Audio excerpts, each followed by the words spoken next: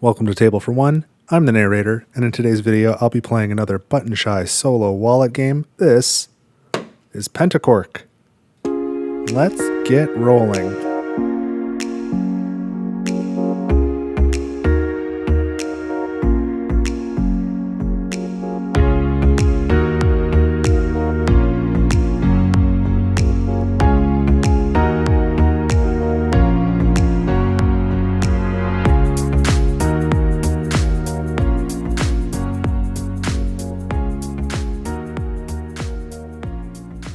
Alright, so for Pentaquark, I feel like I should explain how to play this one before actually playing it, rather than explain as I go, like I usually do. So if you just want to jump straight to the playthrough, you can find a link in the description to that chapter. I've got chapter markers. Otherwise, let me tell you a little bit about how to play this game.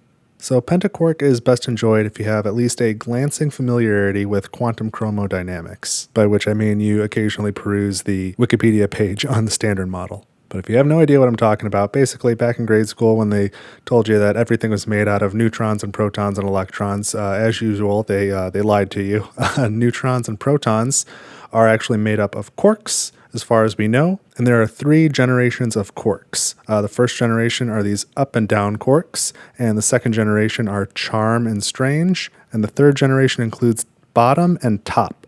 There are no top quarks in this game. They're just kind of ignored because I think there was a limit to have 18 cards in the game. So those are ignored. And if you think about magnetism, everything can be positively charged or negatively charged. There's two types of charges. But with quarks, they use color charge, and they're held together by gluons. So color charge comes in three different colors: red, green, and blue. So you can see red, green, and blue. And if you're unable to see that, if you're colorblind, they are labeled red, green, and blue on the bottom.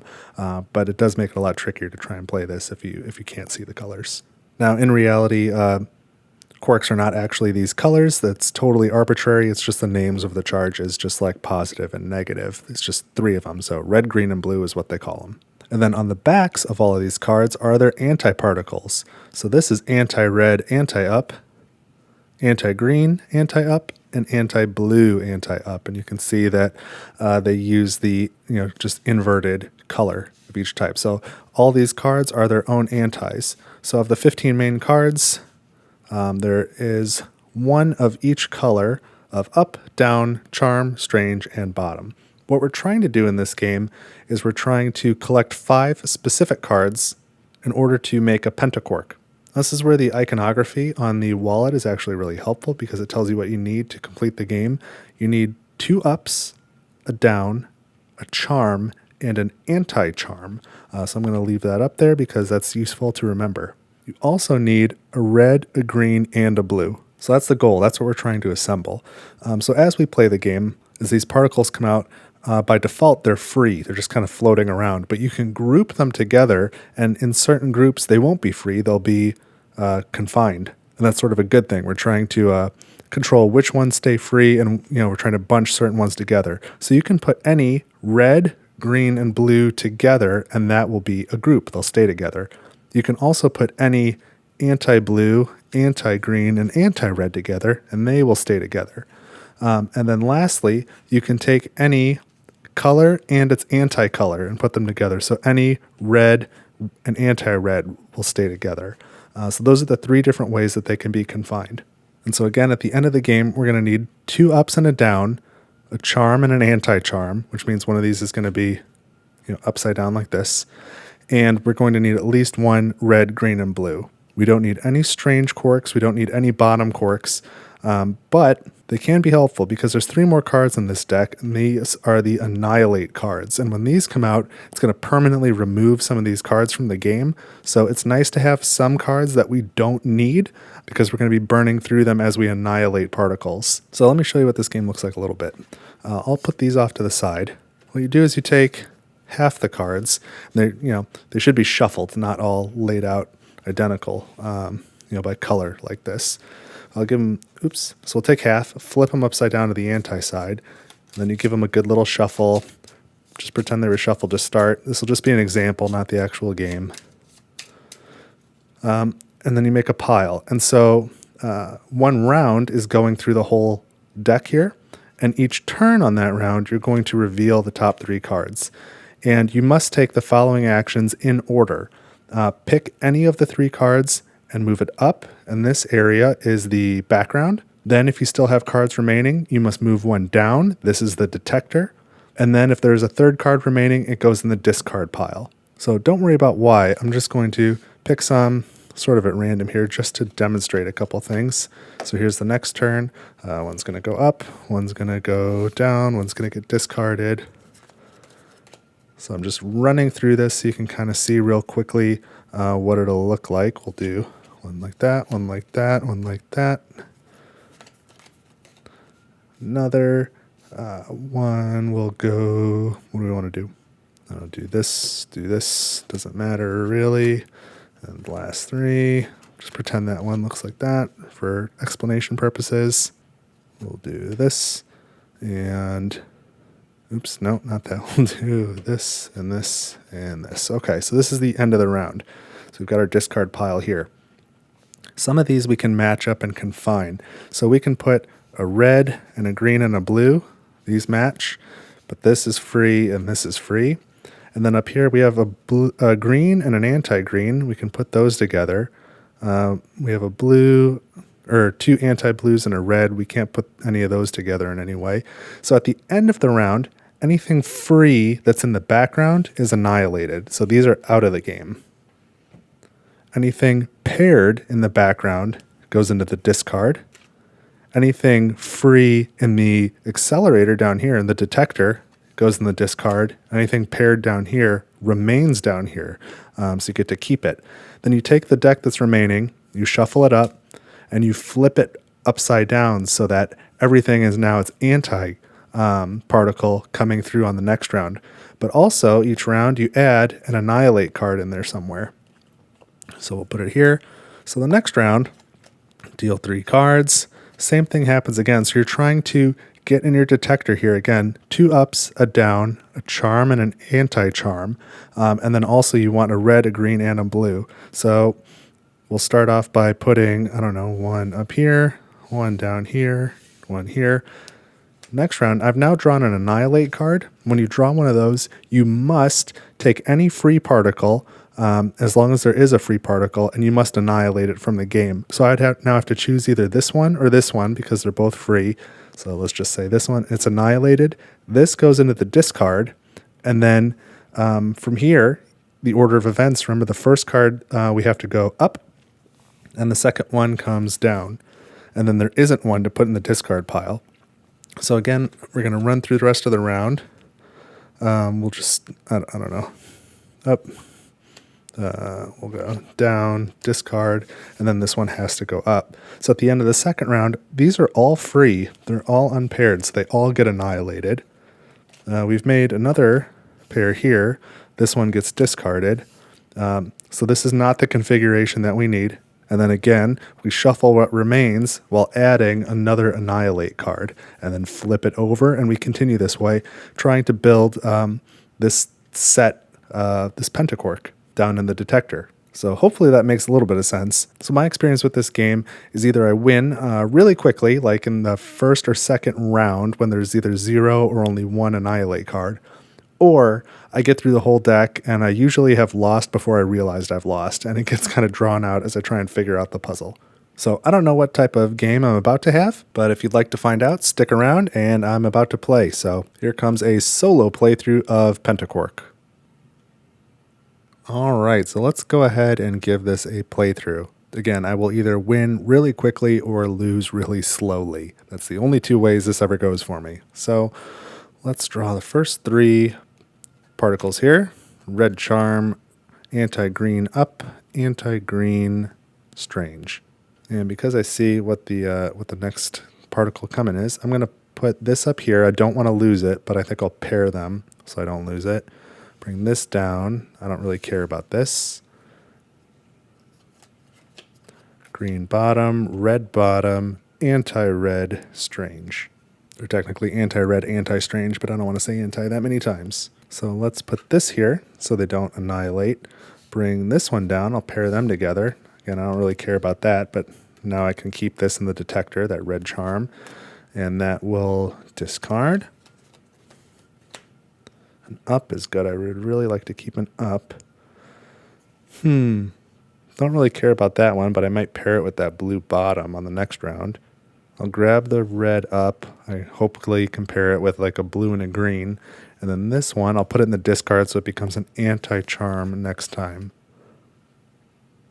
And I see there's a green up, or anti-green up here. So that'll become a green up when this becomes an anti-green charm. Maybe I can pair them down here in the detector in the next round. Blue, blue, and anti-blue. Okay. And that actually works out pretty well. I'm going to put this up here so it doesn't annihilate. This down here, hopefully I can get a green, and this here. So I'll have a charm and an anti-charm coming next round, but it's the green anti-charm that I need. I got to remember that. Anti-green, that's too bad, so these aren't going to pair. All right, so I'll put this up here in the background, and I'm actually going to pair those two together, let this one annihilate, because I do need a down at the end of the game, but I don't need a strange. And I'll bring this down here, and I'll pair, well, I guess the pairing doesn't matter, because I'm not going to have enough to pair any of these. So one of these three reds can stay, and the other two are going to flip. And that's too many ups. That's kind of a problem, but I can't do anything about it. And then this is going to go in the discard. So these are paired, so they go into discard. These are paired. These are not paired in the detector. They get discarded.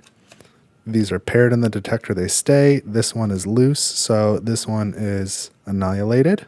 Maybe I'll put the annihilation cards there, so we kind of know this is annihilated. And now I need one of these annihilation cards to put in the deck. Shuffle it up. Just kind of do your best to not look. Give them a decent mix-up. Oops. And flip it over. All right, so round 2. Anti-red down, green strange, green down. Let's put the green strange up there, and the green down I will keep, and the anti-red down I will discard. All right. I guess I'm realizing now that this is not helping me because my anti has to be a charm, and I'll never get a red anti-charm because this card is its own anti. So I've got to be on the lookout for an anti-charm, which means I will need a regular charm. I'm going to put this up here to hope to get a red so that I can save it. And I want to keep this up. If I lose too many ups, I'm going to lose the game. Well, actually, maybe for that reason, I'll discard the up, so that's safe. This one's free if I get that Annihilate card, because I haven't seen that yet. Must be coming up next. Well, I guess I'll put this up here, this down here. These are all good to have. This I'll want it to flip, I'm sure. Yep. And there's the Annihilation.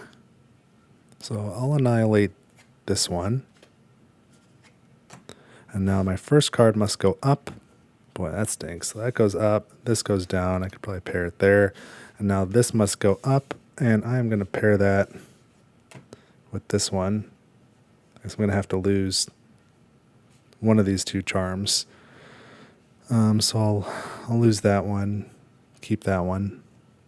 And how do I want this stuff paired? Is this what I want? Probably not. I think I'd rather pair it this way. The blue down, the green up, and the red charm. That could be useful. And of the remaining cards, none of these can pair. So these are safe. So I'm going to have a green. I'm going to have a green charm next time. Green charm. So I need to pair it with an anti-green. So probably this down. Green down, so I need to really plan on replacing this green up.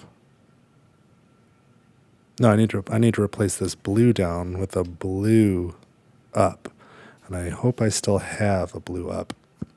And these both get annihilated. We had one more annihilation card, And now we shuffle.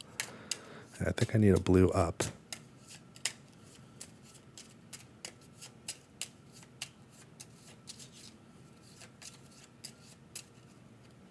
Okay. Okay. That is in my favor because there are no free ones. So that just goes into discard and this goes into discard. This is like my only shot. So this has to go up here though, which is not great. What did I say? I need a blue up. I think my green down and green charm are going to be reversed. I'm going to have the wrong antis.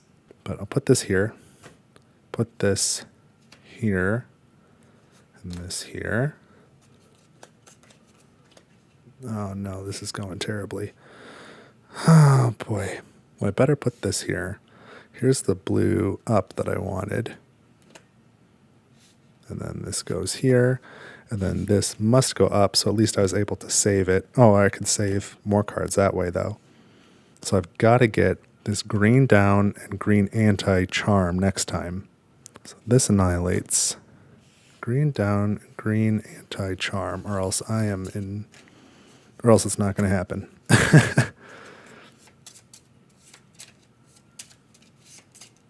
As far as I know, I don't know what I've eliminated at this point. I don't really remember.